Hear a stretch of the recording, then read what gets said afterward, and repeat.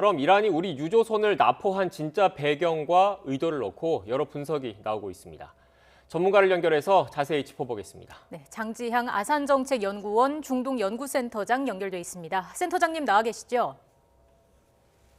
네, 안녕하세요. 네, 안녕하십니까. 일단 이란은 환경 규제 위반을 이유로 밝혔는데 미 국무부 그리고 다수 외신 보도를 보면 대이란 제재 완화를 압박하기 위한 일이다 이렇게 보고 있습니다. 센터장님께서는 어떻게 보십니까? 예, 저도 이제 이란 당국의 발표보다는 뭔가 다른 정치적인 의도가 있지 않은가라는 생각이 드는데요. 왜냐하면 그러니까 이란 같은 경우도 처음에는 영해를 뭐 침범했다. 그러다가 아니다, 이거는 환경오염 문제다. 이렇게 말을 번복하기도 했고요. 그런데 뭐 앞서 보시다시피 다 이거는 설득력은 굉장히 떨어지는 것 같고요. 네. 이제 보자 하면 그러니까 미국에선 새로운 행정부가 들어설 테고 이 바이든 행정부의 대중동 정책에서 가장 중요한 이 이슈는 이란과 이 핵 합의를 다시 복원하겠다라는 것이거든요. 예. 그런데 이 지금 이란 내에서 강경파가 이 정치 구도를 장악을 하고 있기 때문에 핵 합의를 이제 새롭게 하기에 앞서서 자신들이 주도권을 잡기 위해서 그러니까 새로운 핵 협상 테이블에서 이제 지렛대를 더 강고하게 하기 위해서 지금 최대한 강경 입장을 보이면서 이 핵 협상이 자신들에게 유리하게 돌아가고자 하려는 정치적인 의도가 아닌가라는 생각이 듭니다. 네, 센터장님 정치적인 의도 말씀을 해주셨는데 이란 핵 협상이라는 게 결국 트럼프 행정부에서 네네. 2018년에 탈퇴를 했지 않습니까? 그런데 미국과 서방 주요 국가 간의 네네. 합의였습니다. 어떻게 보면 우리나라는 조금 떨어져 네. 있는 그런 상황인데 물론 미국의 동맹국이긴 하지만요. 이번 우리 선박 납포와 네네. 관련해서 정확한 의도는 좀 더 분석을 해봐야 되겠지만 우리 선박이 겨냥된 우리 선박이 네. 그 납포의 대상이 된 이유는 뭐라고 봐야 될까요? 그러면?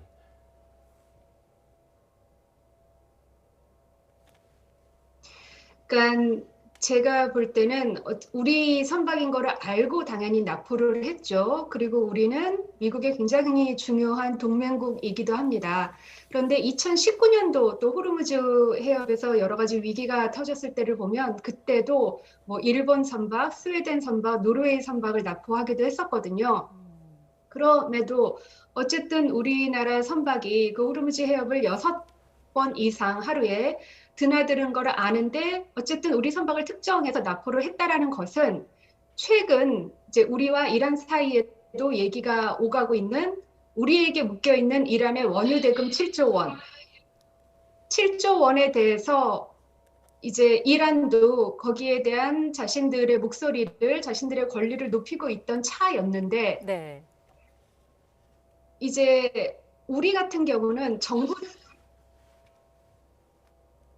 측에서는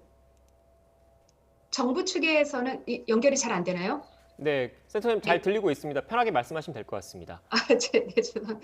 우리 정부 측에서는 당연히 이란에게 그 7조 원을 주고 싶은 마음은 있지만 이게 정부 대 정부의 문제가 아니라 그 원유 대금이 우리의 민간 은행에 걸려 있는 거거든요. 거기에 이제 동결이 되어 있는 건데 이 민간 은행 같은 경우는 미국의 이 전 세계로 거미줄처럼 퍼져 있는 재정망에서 이 재정 시스템망에서 이 제재에 걸리기 때문에 함부로 7조 원을 이란에 주지 못하고 있었던 상황이었는데 이제 미국에서 새로운 민주당 행정부가 들어서면서 이러한 상황도 좀 나아가고 있던 참이었어요. 그렇기 때문에 제가 생각할 때는 지금 분위기가 그렇게 나쁘지 않은데 왜 하필 이 타이밍에서 우리 선박을 납포를 했는지는 굉장히 의아한 부분이고 왜냐하면 한국과 이란 관계가 7조 원 원유 대금을 둘러싸고 굉장히 완화되어 가던 상황이었는데 왜 그랬는지 궁금하고 그랬을 때 드는 생각은 첫 번째 이 완화돼 가던 관계는 우리 외교부와 이란 외무부 사이의 관계이거든요. 네. 그런데 그 이란 외무부보다 훨씬 더 힘이 강력한 이란 혁명수비대에서 이렇게 납포를 했다라는 것은 이란 외교부와 혁명수비대 간의 의견이 전혀 조율이 되고 있지 않거나 그리고 이란 지금 전국에서 가장 실세인 혁명수비대가 납포 결정을 한 거에 대해서 이란 외무부가 어떻게 뭐 항의를 하기에는 너무 힘이 약하거나 이런 거를 생각해 볼 수도 있고, 두 번째는 이 한국과 이란 간의 관계가 7조 원 원유 대금 결제를 두고 잘 풀려나가던 참이었는데 미국에게 이란이 더 압박을 하면 우리가 7조 원에서 예를 들어서 이 인도적 물품을 대신 구입해서 가도록 하는 여러 가지 대안을 더 빨리 성사시키게 하려고 했는 것이 아닐까라는 생각도 들지만, 제 생각에 타이밍은 굉장히 어색한 것은 맞습니다. 네, 센터장님 말씀을 좀 정리를 해보면 미국이 네. 이란 핵 합의를 탈퇴한 이후에 이란 제재를 강화를 했고 세컨더리 보이콧이라고 그러죠. 이란과 직접적인 제재 참여를 하지 않더라도 이란 기업과 어떻게 보면 거래하는 기업에 불이익을 주니까 우리나라에도 이란의 원유 대금이 묶여 있는 상황에서 이와 관련해서 우리 정부 고위 관계자가 조만간 이란 테헤란에 가서 협상을 할 예정이었던 것으로 알려지고 있지 않습니까? 이런 시점에 이런 우리 선박에 대한 납포가 있었는데 네, 협상의 우위력을 점하기 위해서 이런 걸 좀 하지 않았나라는 분석도 나오고 있거든요. 네네. 센터장님께서는 어떻게 보십니까? 네네. 네, 저도 그렇게 생각합니다. 저도 그렇게 생각하는데, 그래도 이게 우리 정부를 특정해서 하기에는 사실 우리 정부의 이 결정의 행동 반경이 그렇게 넓지는 않거든요. 말씀드렸다시피 우리 정부는 그 7조 원을 우리가 이란 원유를 사서 건네줘야 하는 돈인데 지금 미국의 이란 제재 때문에 묶여 있는 거거든요.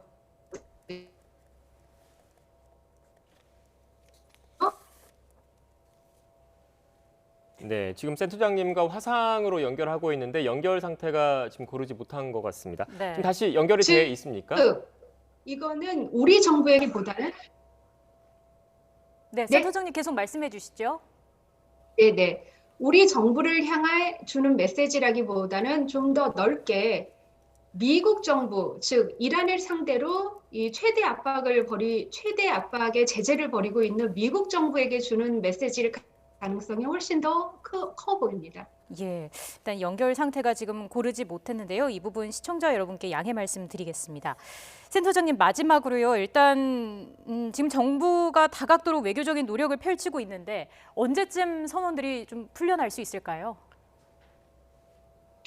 글쎄요,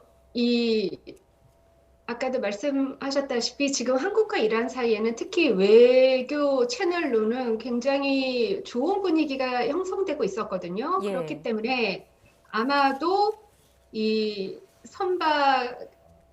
납부된 선박의 선원들이나 그런 안위 문제는 크게 걱정은 안 해도 될 것 같고요. 그리고 우리 외교부 측에서 이란 당국이랑 지금 계속 협의를 하고 있으니까 저는 제 생각에는 이번 달 안으로 큰 문제 없이 대신 이제 이란 측에서 원하는 요구 조건들이 많이 있을 텐데 그것을 둘러싸고 수위 조절을 한 다음에 안전하게 풀려 나오지 않을까 생각을 합니다. 그리고 이 이란의 행동이 우리나라를 특정한 것이라기보다는 앞으로 핵협상을 다시 벌일 미국 정부를 상대로 보이는 메시지로 읽혀지기 때문에 우리나라의 선언이나 선박에는 크게 무슨 해를 끼칠 것 같지는 않고 조속히 풀려날 것 같습니다.